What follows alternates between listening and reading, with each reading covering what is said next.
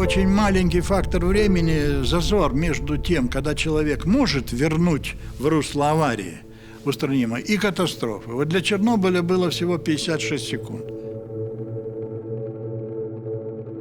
Меня учили в военно-морском училище, что реакторы не взрываются.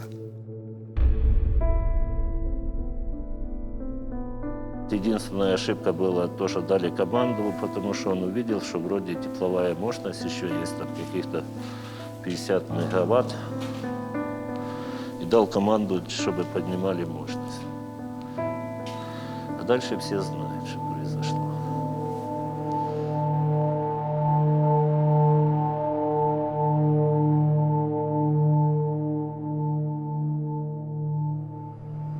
В итоге при заглушении реактора, то есть когда вот если я водитель нажал на тормоза, это оказался педаль газа.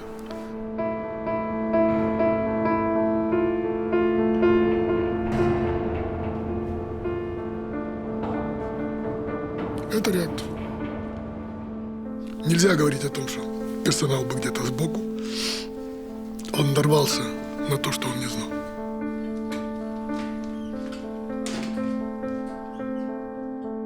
Так что представьте себе, вот какой силы и мощности был этот тепловой взрыв, который вот такое помещение могучее разрушил.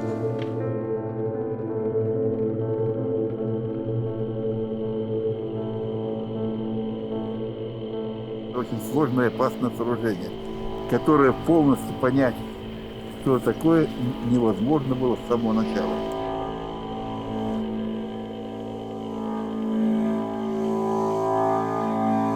Опасности не будет тогда, когда внутри того же самого объекта укрытия не будет радиоактивных материалов. Нет радиоактивности, нема радиації, нема чому витікати.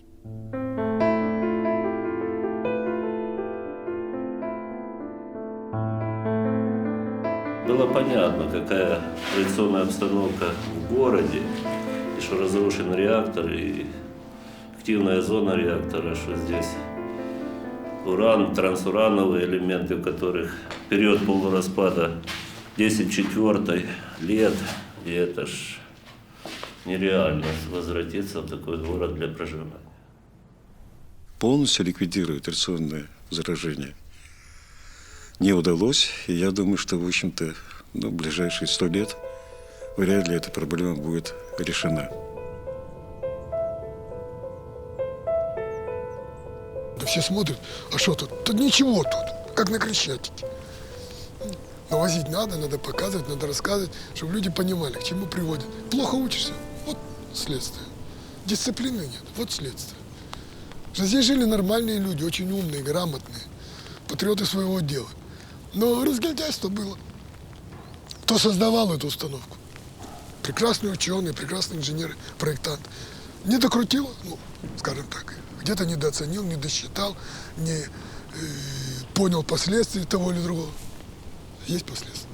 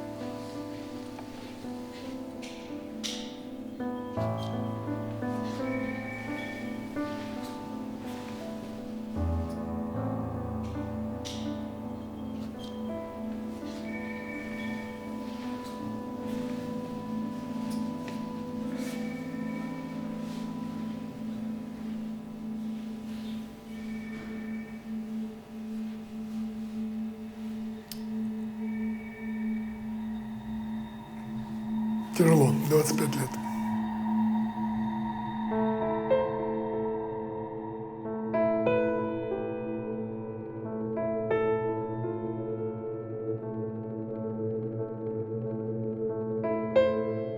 Сразу после окончания института я приехал на площадку.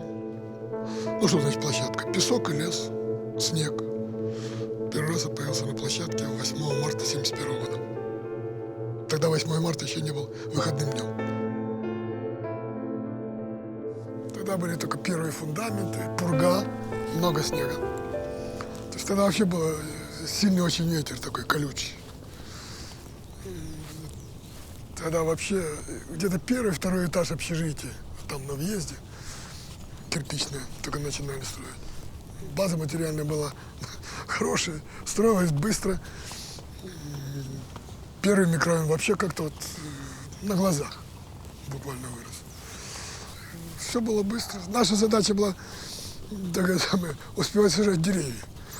Потому что если та поговорка, что нормальный мужик в жизни должен построить дом, посадить дерево и вырастить сына, то в отношении посадить деревья это у нас проблем не было. Быстро. И детей тоже. Потому что детей, я помню, приехала мать ко мне в гости, матушка, ну это где-то в 72 году. Ну, как все, рано утром встал, ушел на работу, приезжаешь после работы, она как приходит и говорит, у вас какой-то кошмар, вот днем в вашем городе какой-то ужас. Я говорю, что такое? Ну ты посмотри, ну действительно, во дворе ты даже никто ничего не убирал, коляски все стояли на улице. Никто же не убирал. Дети вот такие вот, они еле ходить еще, они гуляют сами на улице. Все же было, не было вот этого всего, что надо его наблюдать. У вас только детские коляски, дети и беременные женщины.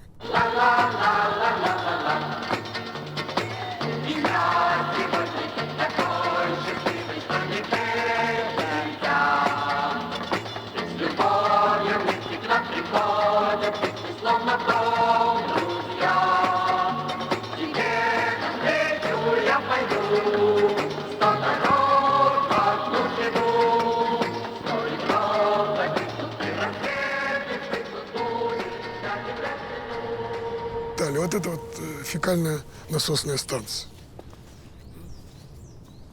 Маленькое техрешение, сделали навес, повесили окна. Это был магазин «Союз Печати». Там вот речной вокзал объединили, туалет и кафе-мороженое, сделали навес, получился речной вокзал. Ну, много изобретали, город любили. Он же удобный. Первая природа великолепная, река есть, рыбный, там кто, охота тут вообще, по-моему, безграничная была, Киев рядом. Здесь построили атомную станцию. Воздух не стал хуже, вот рыба по-прежнему клюет великолепно, грибов в лесу море, ягод тоже. Здесь живешь в постоянном общении с природой. Пошел, сковородочку насобирал, хорошо поел, в магазин аж дойти. Параметры ответственной обстановки на блоках 1, 2, 3 и на объекте укрытия находятся в пределах контрольных уровней. В данное время производятся ядерно-опасные работы по 104 ПРС АЯТ на Хаяте первом, выгрузка АЯТ из ТЧ, старший на смене НС Арбаслане. Спасибо. Добрый день. Спасибо.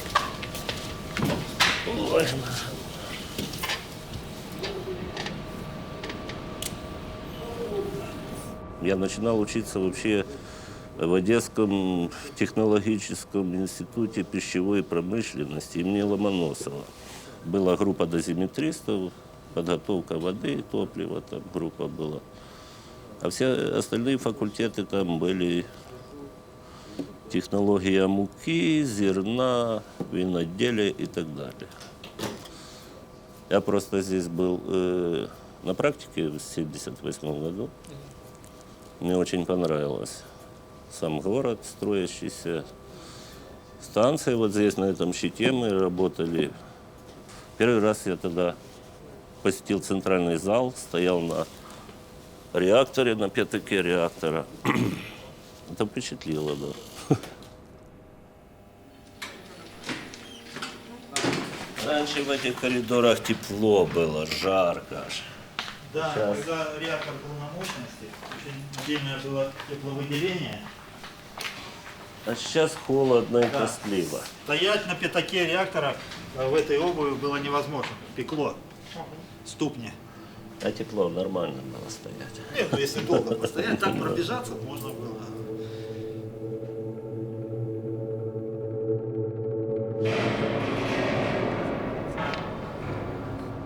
Ну вот, не стесняйтесь, скажите, на реакторе стояли сверху. На пятаке реактора.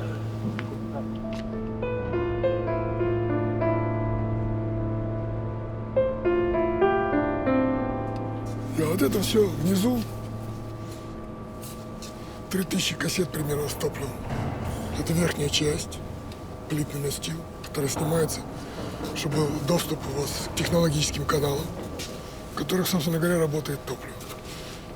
Это часть бассейна выдержки отработанного топлива, то, что мы говорим, где хранится топливо до передачи в хранилище отработанного топлива. Вот два бассейна, один, второй. Свежее топливо и оснастка висит вот на этих балконах. Сам центральный зал все зашито нержавейкой. Это для того, чтобы можно было удобно, быстро отмывать. В случае выбросов радиоактивности, при работающем реакторе все это есть. Поэтому все эти вещи надо делать.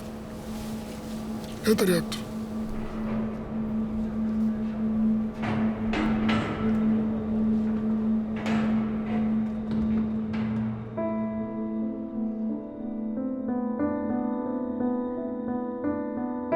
Квартиру получил в 81 году, в конце года, к Новому году ордера выдавали. То бишь я ордер получил 31 декабря 81 года, заселялся сюда 5 января 82. У нас была с женой маленькая старшая дочь еще. То бишь на троих мы получили небольшую трехкомнатную квартиру, что было очень хорошо. И жили, и работали в этом чудесном городе. Город будущего. Когда у меня вот второй ребенок родился, вот я переехал сюда, в этот дом, 3-й этаж, 2 окна. Сейчас уже приходится вспоминать, где свои окна, пока их найдешь. Ну, а так, красивый был, хороший город.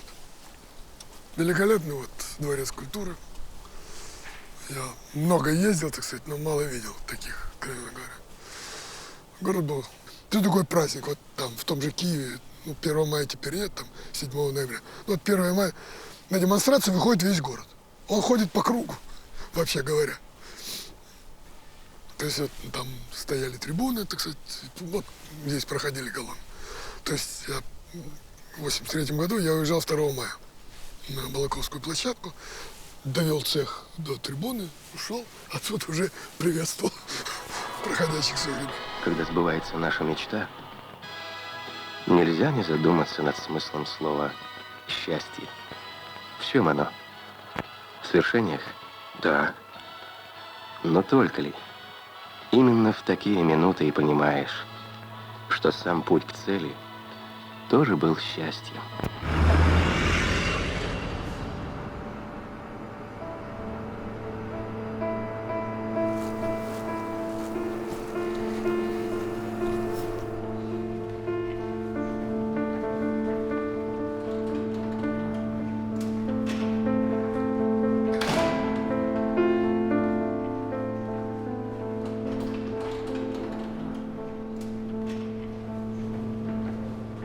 Дойдя оттуда, Рогожкин услышал те знаменитые слова Дятлова.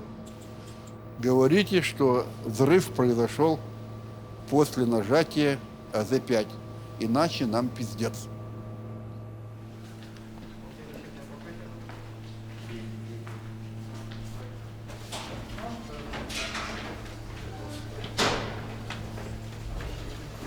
То, что осталось от блочного щита управления 4-й энергоблок. Можете посмотреть. Все, что началось в 1:23, 26 апреля, происходило именно отсюда. С блочного щита управления номер 4. Совпало несколько событий, причин одновременно. Первое – это недостатки самого проекта. Они в высшей степени серьезные.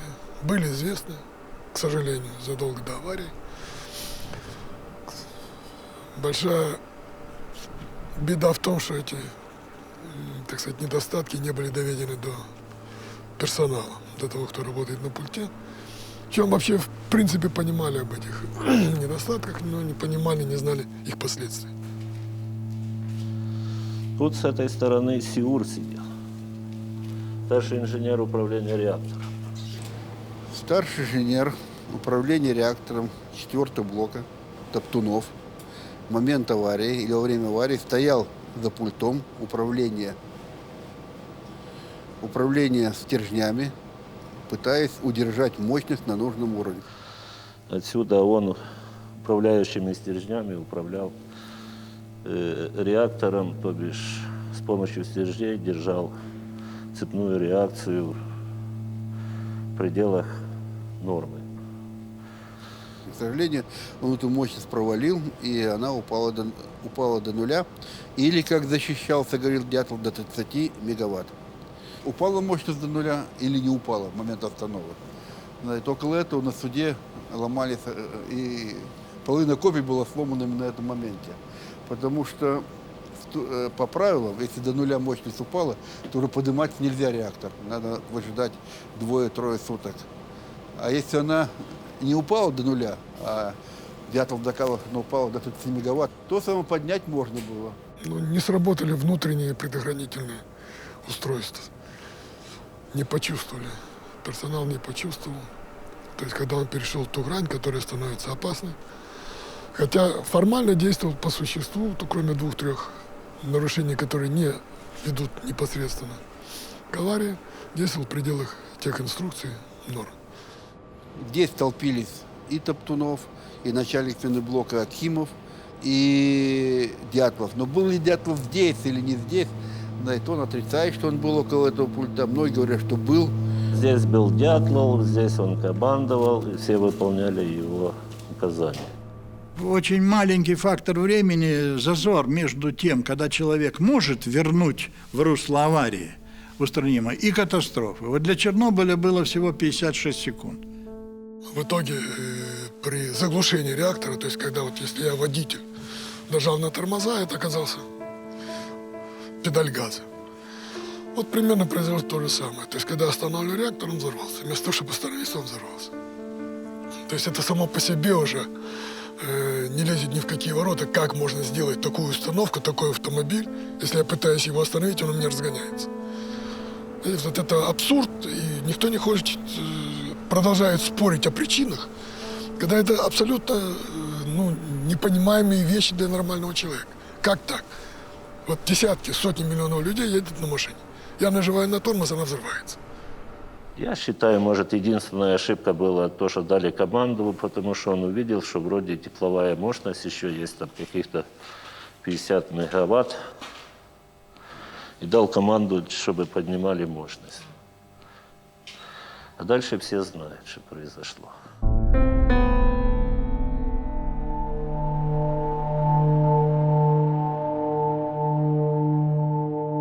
Мощный самый паровой взрыв, схему Елена развернула, часть графитовой кладки вылетела, каналы, топливо. Все это разнесло центральный зал.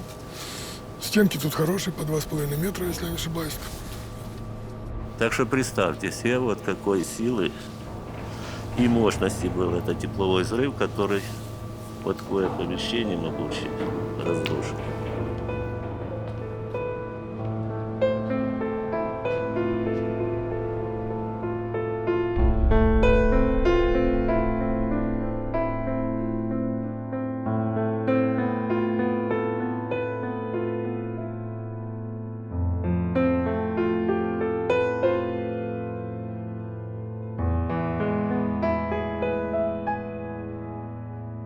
В 6 часов утра ко мне пришел один из инженеров реакторного цеха, Витя Тарабанчук, и сказал, что уже начальников смен практически не осталось, твоя очередь. И я в 7 утра сел на автобус и уехал на станцию. Маршруты еще тогда не изменили. И меня провезли прямо сквозь, по дороге, прямо вдоль развала 4-го блока. И вот тогда я увидел, что же произошло, и понял, что произошло с 4-м блоком.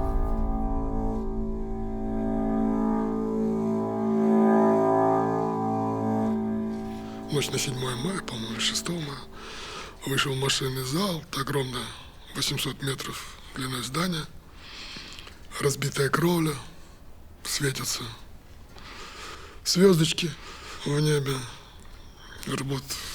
подсветка работает только на сливе масла, турбины стоят, гробовая тишина, чего вообще в Маршзале не бывает, и дикий запах озона, который, как дети, мы все любили, эти кварцевые лампы, а здесь такой отравляющий запах озона, в общем, шокирующее впечатление. Вот третий блок находился в достаточно сложной ситуации, был рядом, там, я уже не говорю, по дозиметрической обстановке крайне сложно, но многие системы были повреждены, и в связи с тем, что без согласования с нами вот в первые числа запустили на территорию войска для чистки, хотя это никому тогда еще. Значит, это привело к тому, что повредили целый ряд трубопроводов, в том числе и трубопроводы технической воды. У нас были моменты, когда мы вообще оставались без воды. Ситуация, реактор, загруженный топливом, и бассейны выдержки, и кипел бассейн выдержки. То есть все это мы видели, происходило.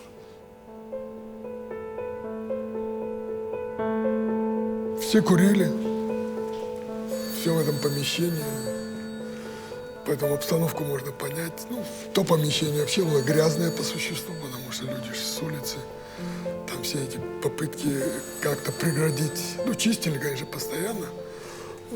Одеяло меняли там раз, два, 3 дня, потому что до 50 миллирентген в час. То есть это в 3000 раз больше, чем мы сегодня ходили по улице. Это одеяло меняли. А здесь были столы, нары, несколько министерств, то есть руководство министерства сидело. То есть стол — это министерство, там министерство транспортного машиностроения, Брежнев, угольщики здесь начинали работать, ну, другие. Есть у меня там где-то какая-то фотография, сохранилась с 86 года. В этом же здании, помещении. Кто-то уткнулся головой чуть ли не в стенку, дремлет. Но ощущения не было этого. Нагружало не это, а нагружали задачи, которые надо было решать. И все были нестабильные. Стационарного ничего не было, то, что прописано в бумагах. Первая неделя была моего здесь пребывания, когда была дурная идея подавать азот. Команда была сверху, так сказать. Но вот установки газификации азота, жидкого азота газообразного, их с Одессы тащили на вертолете на внешних подвесках. Оттуда только их подцепили там, а мы тут уже машинами ломали, грузили, готовили к приемке и так далее. В эпицентре опасности на АЭС правительственная комиссия из множества аварийных работ назвала на тот момент главную – жидким азотом охладить клокотание адської ядерної кухні. Тоталітарна держава, на відміну від демократичних держав, вона зуміла провести мобілізацію всіх ресурсів. І це було. Вона, хоч не вмінням, а числом, але вона вирішувала ті проблеми, бо кинула військовослужбовців там на Рудий ліс, той Рижий ліс, там повалку, там на прибирання тих територій. Це, звичайно, вело до перепалювання тих людей, до отримання ними високих доз радіації, але з другого боку вони це все швидко дуже зробили. Руководство страны хотело доказать, что Чернобыльская авария по своим последствиям не настолько серьезна, что мы ее укротим, эту ситуацию, что мы победим. И для того, чтобы подтвердить вот такую позицию, не дожидаясь разработки соответствующих роботов, дистанционно управляемых устройств, пустили человека-роботов, молодых ребят, военнослужащих, на крышу 4-3 энергоблока для расчистки от фрагментов активной зоны.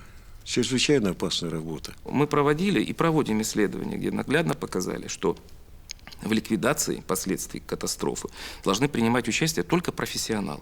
Профессионалы как с точки зрения ядерной физики, так и с точки зрения чрезвычайных ситуаций. Люди, которые подготовлены, которые отдают себе отчет, чем они и для чего они занимаются. И главный принцип – добровольность, свобода выбора риска. Вот с чернобыльскими ликвидаторами была совершена огромнейшая, как говорится, ошибка, что туда набирали невероятное количество неподготовленных людей. Проблем было, конечно, много. Говорить о том, что все было идеально при ликвидации, конечно, нельзя. Вообще, по-хорошему, надо было поначалу остановиться, все обдумать, спланировать, потом начинать работать. Возможно. Было не до этого, и в привычке нашего общества, нашего менталитета было не так. То есть, главное ввязаться в бой, потом разберемся. 26 апреля в час 23:40 секунд взорвалась.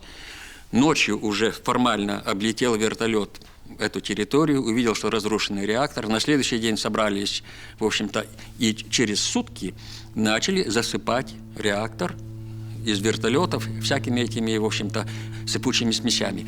Абсолютно абсурдним було засипання реактора отим піском, який потім розлітався, і так далі.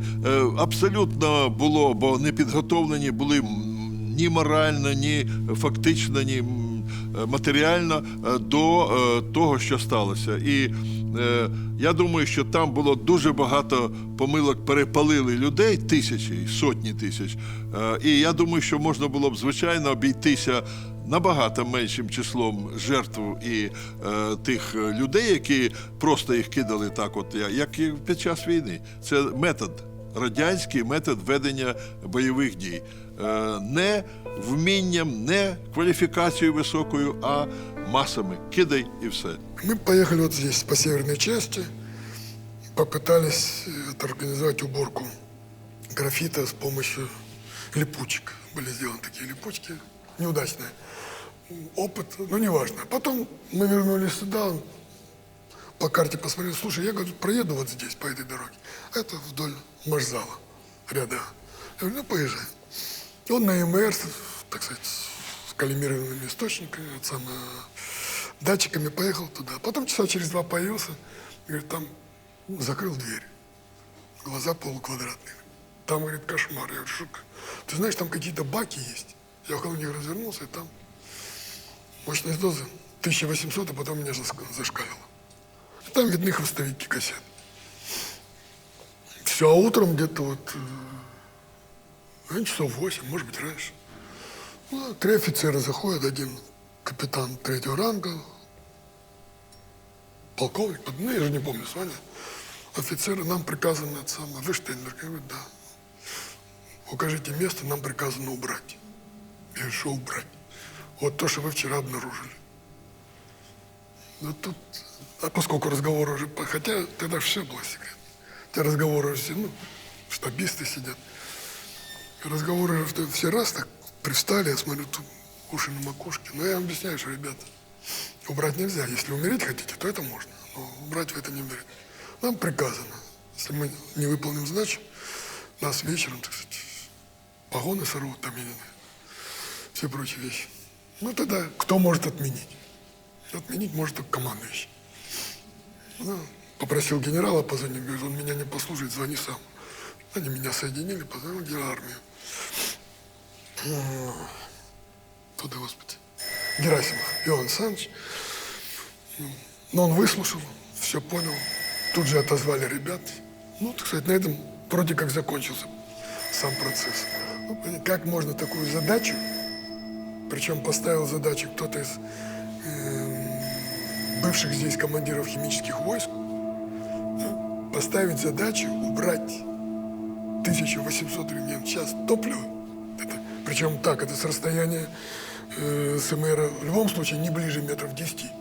То есть вблизи там, конечно, было за 10 тысяч. Это называется смерть под лучом. То есть выше 2000 ремней в час – это смерть под лучом. То есть послать людей на выполнение этой задачи. Идиотизм, да, полный. Но он не из героизма. Да, вот надо выполнить задачу. Из непонимания вообще, какую задачу человек ставит. Вот так мы готовились к войне.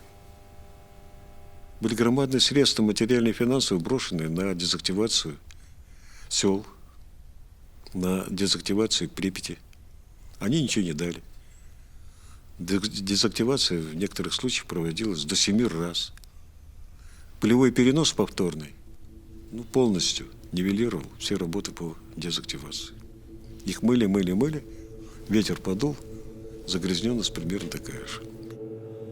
Все равно народонаселение довольно приличные дозы получило внешнего облучения, ну и внутреннего. И особенно на щитовидку. Йода-131 хватало, и он весь спектр забивал. В основном йод-131 видел. Населению носили, жене принесли домой калий йод там. Деток заставили, маленькие были, совсем, особенно младшая, она совсем сентябрьского, 27 сентября 85-го родилась, так что ей совсем немножко. 27-го уже около 3 часов дня был выброс, потому что мощность дозы в городе на порядок поднялась. Вот когда народ эвакуировали 27 числа, начали они по микрорайонам, наш третий, когда где-то в 2:30, 2:30, уже у нас там в 3-м микрорайоне 300 миллирентген в час была мощность дозы. А народ в автобусы садили, там и дети, и женщины и так далее.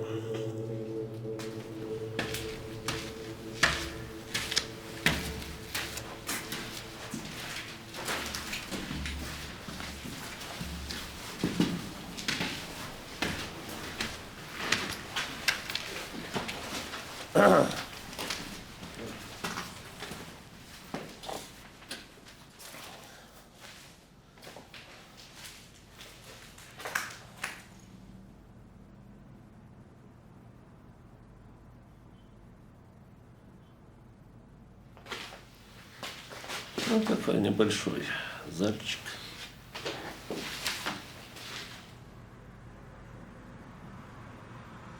Мебель стояла, которой нету. Тут это маленькая спальня детская. Совсем маленькая она. Детская кроватка стояла, диван стоял, письменный стол. И полка книжная висела.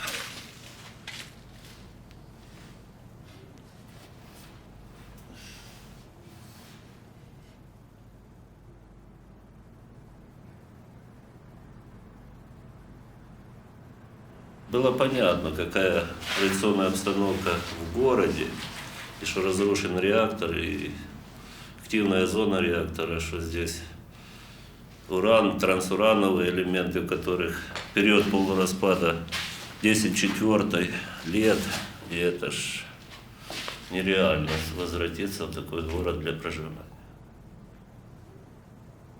На 20-летие я приезжал, привозил жену и младшую дочь, которая не видела своего города.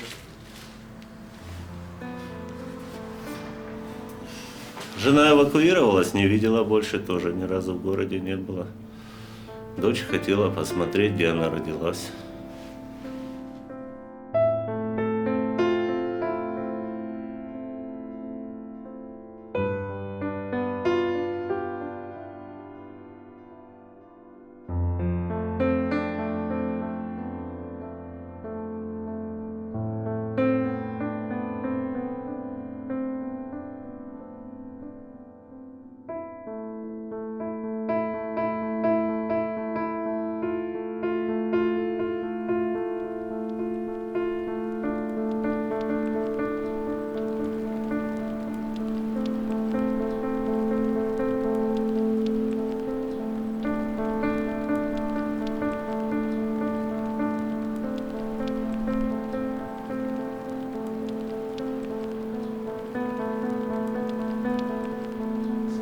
Мая умер Саша Акимов. Но когда я уезжал, он переехал в мою квартиру. Начальник смены блока, он 26-го был. Ну и я решил приехать. Взял БТР, БРД, вернее, приехал в Припять. Впечатление, конечно, жуткое. Пустой город — это... То, что в деревню приезжаешь, они не твои. Потом уже стал понимать, да? А приехать в город, в котором состоялась самостоятельная жизнь, дети, так сказать, родились, друзья, все жили. Страшное впечатление.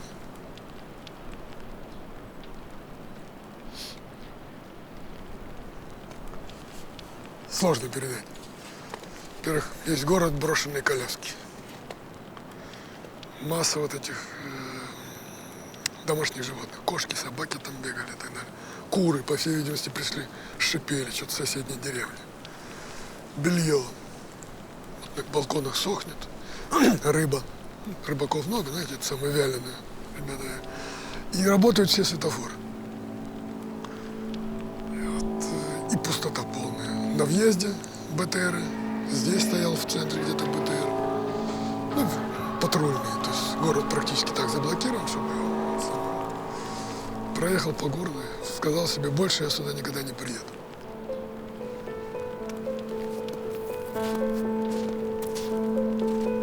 Надо было изменить настроение, понимаешь, все-таки все были первые 10 дней подавленные. И во-первых, никого руководителя нет. Вот работает смена сама. Ну, одного замглавного нет, второго замглавного нет, главного практически нет, начальников первого реакторного цеха нет, второго реакторного цеха нет, замов нет. Все же вылетели в первые сутки. То есть люди сами работают. Это раз. Вторая проблема, которая на всеми висела, что будет дальше с семьями. Где жить, как жить.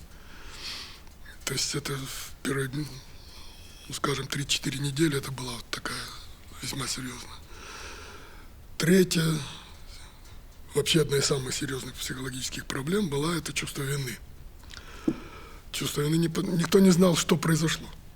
Все было сразу засекречено, и на самой станции работаешь и не знаешь, что же все это. Ну, советская система.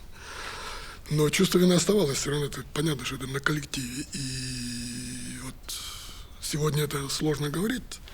Ты понимаешь, что наше общество этого не понимает, что значит ради какой-то цели там трудиться, сражаться, давать свое здоровье, жизни. И это мешало тому, чтобы установить нормальный жесткий порядок с точки зрения дозаблучения, грамотного поведения, то есть ну, то, что называется, рвали на себя тельняшки и шли в бой.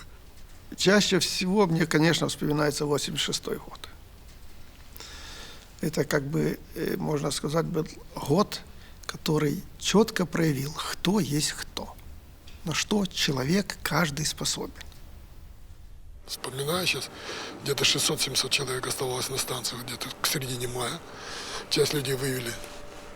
Кого-то надо было уже, так сказать, подлечить.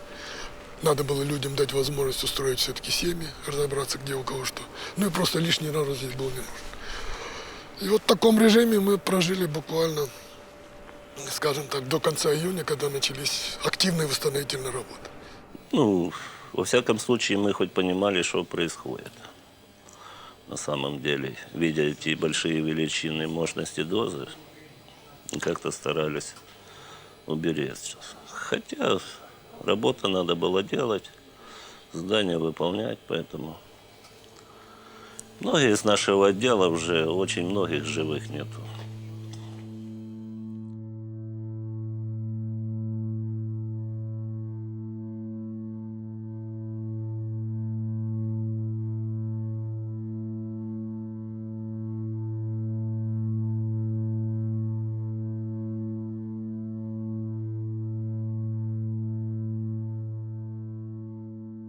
То есть ресурсы были подняты все. И это еще один из вопросов, а надо ли было ли. То, что Чернобыль экономически, так сказать, добил Советский Союз, это не вызывает никаких сомнений. Я уже не говорю все остальные вопросы морального плана и так далее.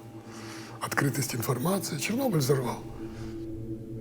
Было желание руководства страны показать, что масштабы Чернобыльской аварии не столь велики, что последствия этой Чернобыльской аварии мы преодолеем в короткие сроки. Вот в чем заключались те действия, которые были, ну, по крайней мере, первый год, 86-й год, предприняты на Чернобыльской площадке. Следующий период – это период, когда аппарат, разрушенный реактор номер 4, но практически перестал газеть, то есть успокоился. И можно было перейти уже к каким-то продуманным, планомерным работам. Вот с точки зрения организации строительства объекта укрытия, подготовка, это классика. То есть никто не попер в первый день с кирпичами, с экскаваторами и бульдозерами сюда на площадку. Примерно 1,5 месяца, так вот, по моим оценкам, ушло на подготовку базы, подготовку тылов. Когда все подготовили, тогда пошли. А когда пошли, тогда уже было трудно остановить. Я могу сказать одну цифру. То есть в сутки здесь вкладывалось в отдельные сутки до 6 тысяч кубов бетона. Известно, что в свое время, когда объект укрытия в 1986 году создавался, там не использовались ни болтовые соединения, ни сварочные соединения. Операционная обстановка не позволяла это. Кроме того, в качестве опор использовались зачастую те строительные конструкции, которые сохранились после разрушения реактора номер 4. А с взрыва они были в значительной степени разрушены. Гарантировать долговременное сохранение стабильности этой конструкции никто не мог. Вообще все, вот верхняя часть здания наш, ну, с этой стороны не видно, сейчас они и оттуда не видны. Банки «Мамонт», «Осьминог» и так далее, они опирались на вентиляционные шахты, полуразрушенные, которые бетонировались вслепую. Что было сделано? Вот основное это было сделано, вот эта оболочка, она не совсем герметична, но насколько можно было сделать в тот момент. Ее сделали герметичной. Вот. И поставили там системы контроля. На то время это была самая современная электронно-вычислительная машина, которая занимала там целую комнату. Конструкция была простая. Набрасывали типа коронки, зубная коронка ставилась. Потом вот окончательное решение было мешки с цементом, залили водой, и на них самая надежная конструкция. Она выдержала землетрясение, я забыл, в 90-м году. То есть, в принципе, вот старые методы строительства, которые были приняты вот у крестьянина, дом без креплений, без гвоздей, без ничего, так приняли решение в итоге, потому что другого решения не было. Задача заключалась в том, чтобы вот из того хаоса, который мы имели первоначально, как-то упорядочить объемное построение этого сооружения, тем более, что он, в общем-то, существовать будет с функционирующими объектами, первый, второй, третий блок.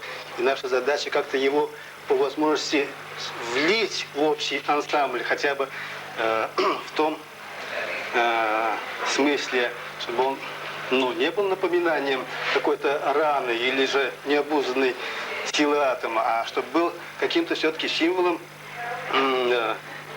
человеческого разума и мастерству инженеров наших.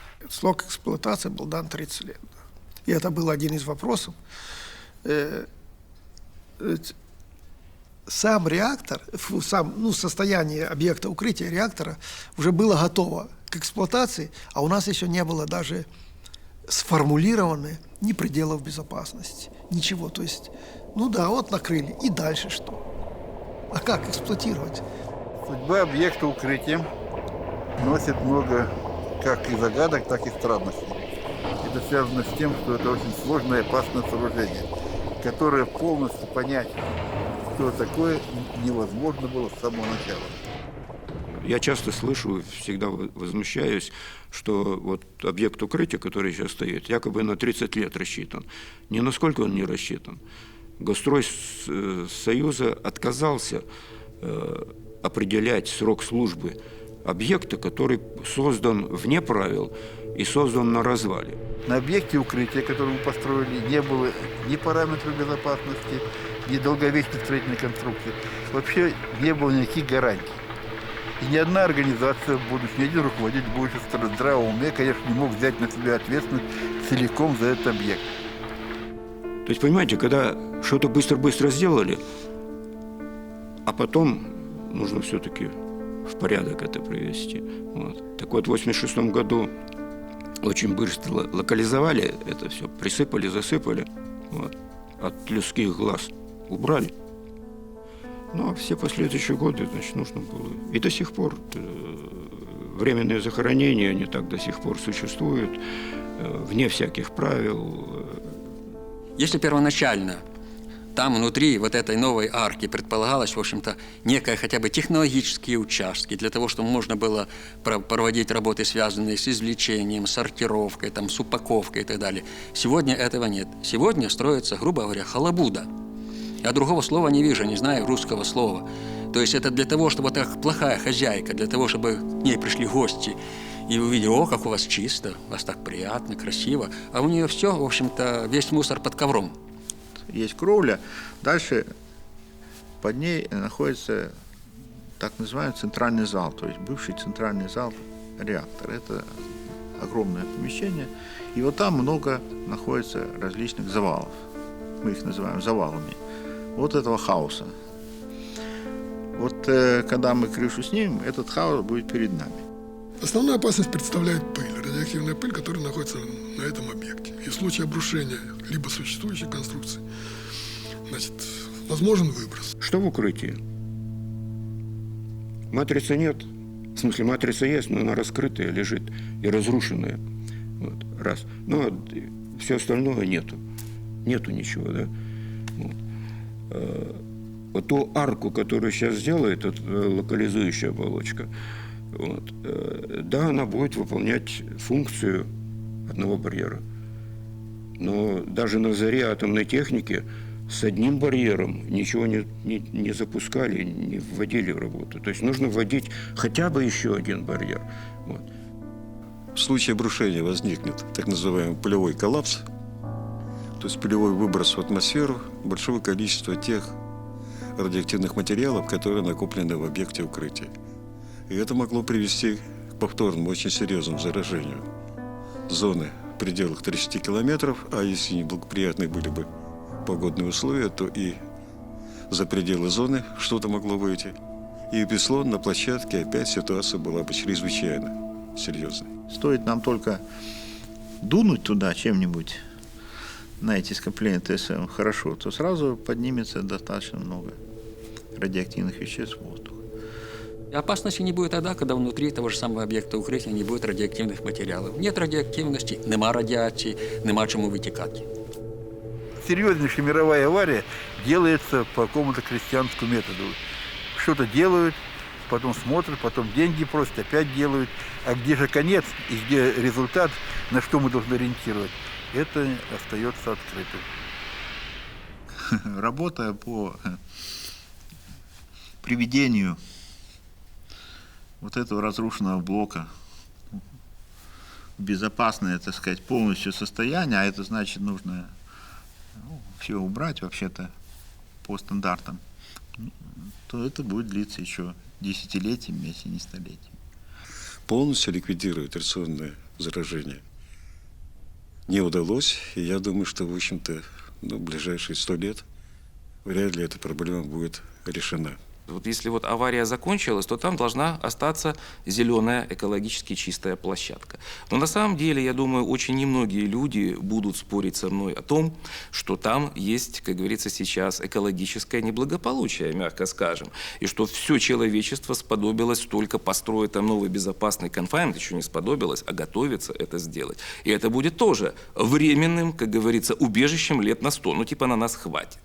Поэтому сказать, что авария закончилась, хотя я очень часто слышу это, может быть так, оно где-то как-то и есть. Может быть, ее считать надо построением первого саркофага, что вот авария, как говорится, закончилась. Но дело наше живет, дело побеждает, к сожалению, в плохом смысле этого слова. Состояние здоровья ухудшаются, обнаружены и подтверждены международными экспертами, но практически ухудшение состояния здоровья по всем классам заболеваний, включая раковые и неонкологические. И для целого ряда получены совершенно новые данные о радиационной индуцированности, радиационной ассоциированности. Ну, рак щитовидной железы, по-моему, уже даже очень серьезные скептики сегодня перестали признавать, что это не радиационный эффект, это классический радиационный эффект лейкемии участников ликвидации, ряд солидных опухолей. И что самое главное новое, это не раковый эффект. Но это одна часть. Самая главная часть – это, конечно, катастрофа. Если вы, господа, 25 лет занимаетесь этой проблемой и не в состоянии ее решить, то доверять вам вообще атомную энергетику и вообще любые опасные направления деятельности человека чрезвычайно тревожно, скажем так. Мы вот имеем сегодня Чернобыльскую станцию, например, да? Мы имеем накопленные отходы, которыми нужно обращаться, накопленное топливо, с которым нужно обращаться, и на все это нужны деньги.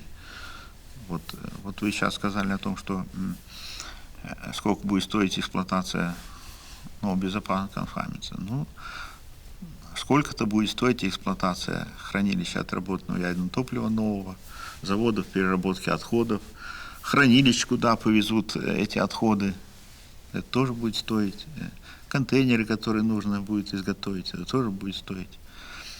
Ну,